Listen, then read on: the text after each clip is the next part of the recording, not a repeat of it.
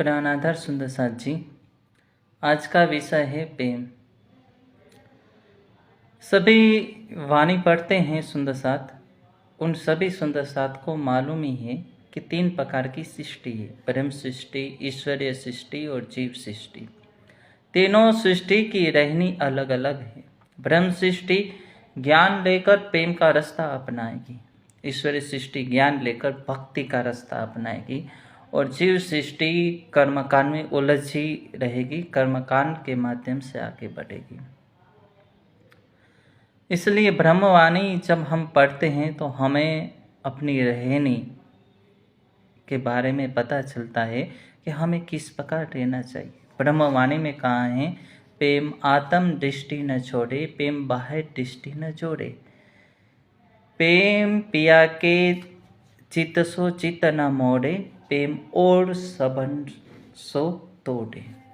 क्या कहा चौपाई में? प्रेम आत्म दृष्टि न छोड़े। तो सबसे पहले हम प्रेम के बारे में जान लेते हैं कि प्रेम क्या है।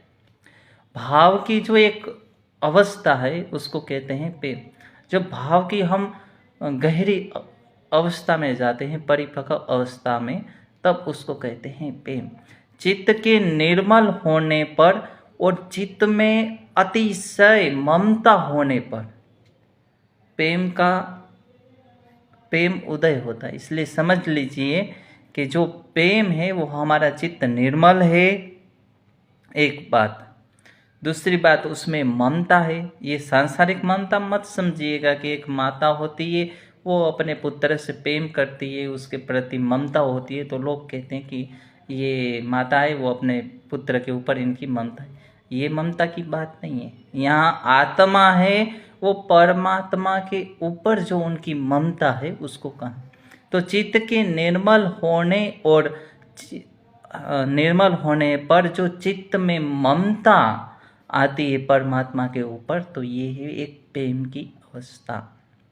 और प्रेम की एक अवस्था का नाम है स्नेह, कि जिसके हृदय में प्रेम आता है तो उसमें उसके चित्त में एक द्रव्यता उत्पन्न होती है, उसको कहते हैं स्नेह। तो हृदय के निर्मल जब हो जाएगा और ममता आएगी तो प्रेम आएगा, और प्रेम के कारण ही हमारा चित्त द्रवित हो जाएगा, स्नेह उत्पन्न हो जाएगा परमात्मा के प्रति, फिर कोई विकार नहीं रहता। बाहर से जो विघ्न आते हैं, कष्ट आते हैं, समस्या आती है, तो वो प्रेम न घटता है न बढ़ता है, वो अपनी सम अवस्था में रहता है। इसलिए कहा सर्वथा ध्वंस रहितम, सर्वथा ध्वंस रहितम, कि हमेशा ध्वंस, जो बाहर से विघ्न आते हैं उससे रहित है। वो विघ्न उसको कुछ भी नुकसान नहीं पहुंचाते। ये है प्रेम की अवस्था।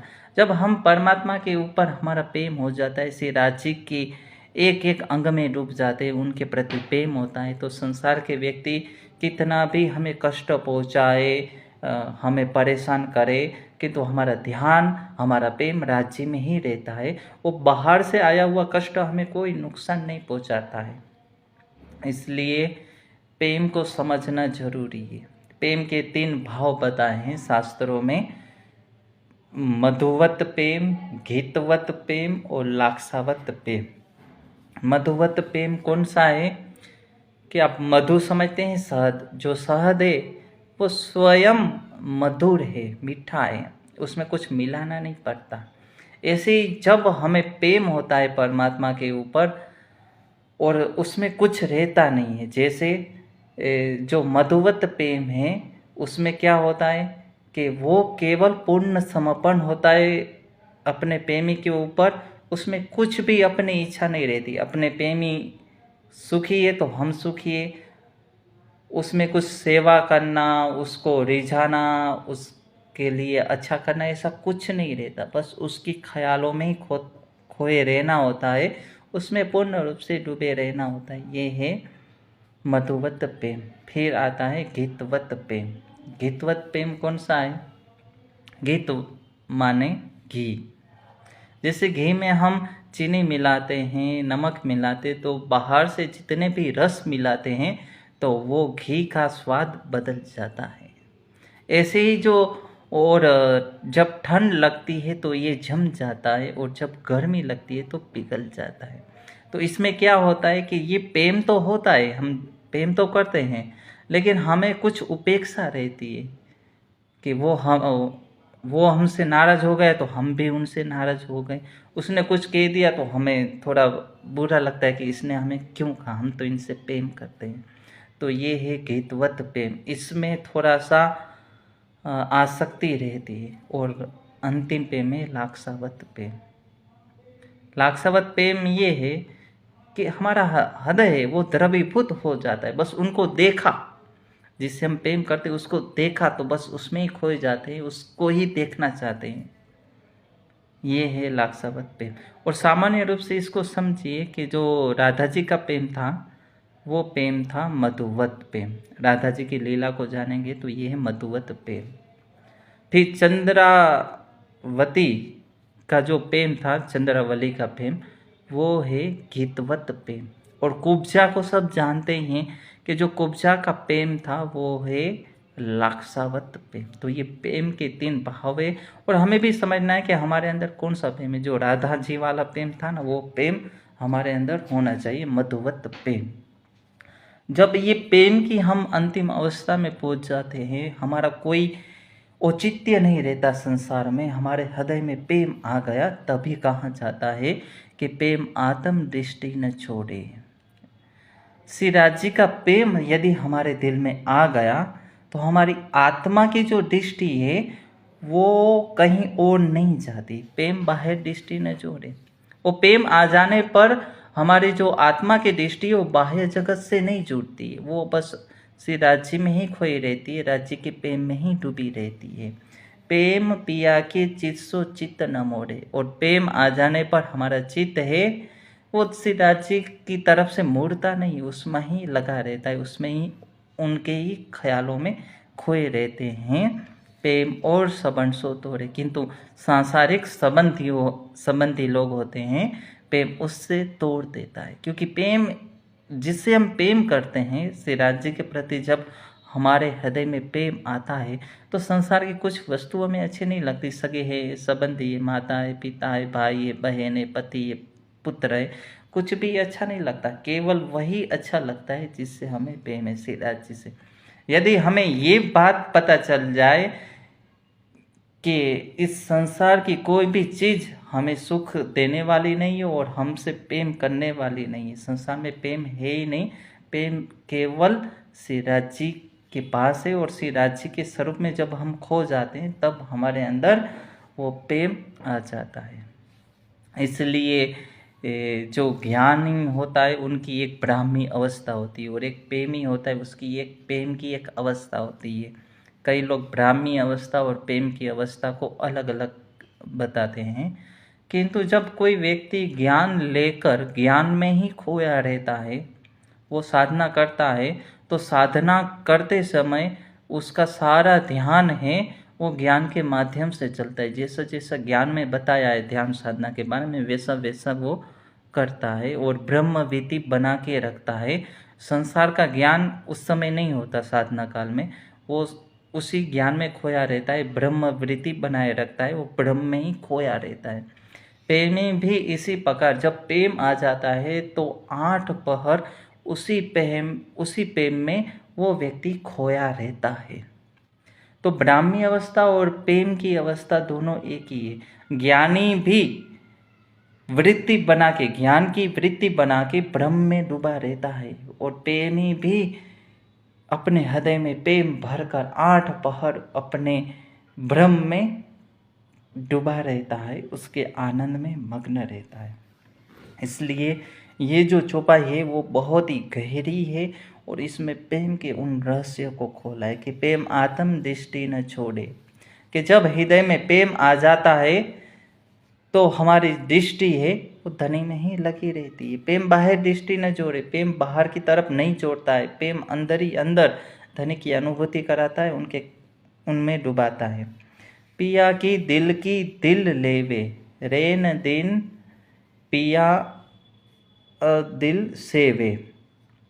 पिया के दिल बिना सब जहेर, ओरो सो होय गयो सबवेर। क्या कहा चौपाई में? चौपाई कहती है पिया के दिल की दिल लेवे, पिया के दिल की दिल लेवे। लेने का तात्पर्य क्या है कि दिल है वो उसी में ही खोया रहता है, उनके ही दिल से जुड़ा रहता है, अन्य किसी से जुड़ा रहता नहीं।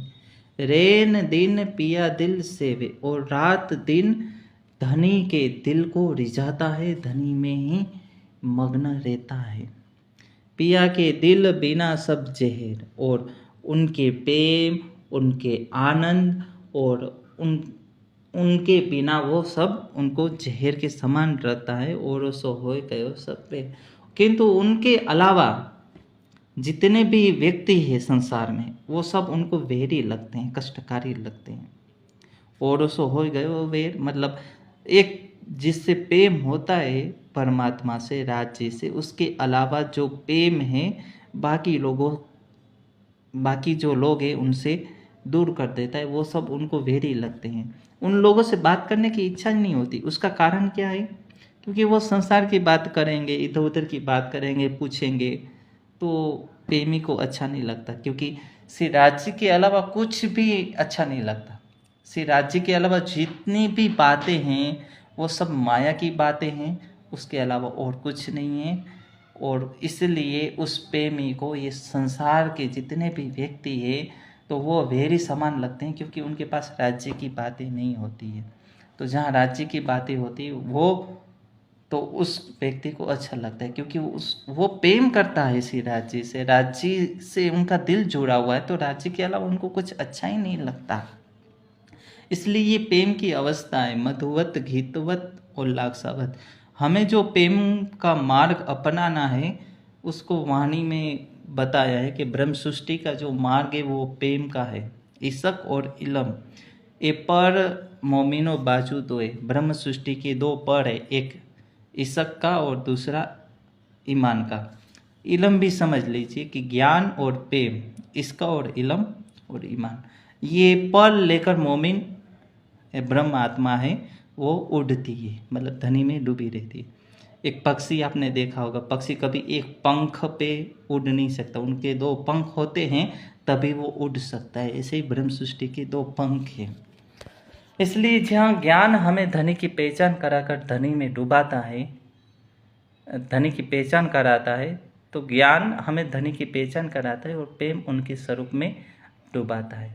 इसलिए चौपाई दोहराते हैं कि प्रेम आत्म दृष्टि न छोड़े, प्रेम बाह्य दृष्टि न जोड़े, प्रेम पिया के चित्सो चित्त न मोड़े, प्रेम और सबन को तोड़े। पिया के दिल की दिल लेवे, रैन दिन पिया दिल सेवे, पिया के दिल बिना सब जहर, औरो सो होए गयो वेर।